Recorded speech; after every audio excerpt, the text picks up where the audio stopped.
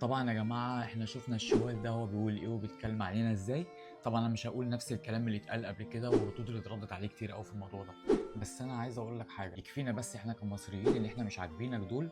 لما محمد سلام رفض ان هو يدخل مهرجانك اللي انت كنت عامله في الوقت اللي كان اخواتنا فيه بيتضربوا ومشي وما عملش المسرحية، يكفيني ان اقول لك ان انت ما عرفتش تجيب مكانه واحد من عندكم. تمام، ما عندكوش حد يعرف يعمل زيه، على الاقل خالص رجعتوا برضه تاني خدتوا محمد انور من عندنا.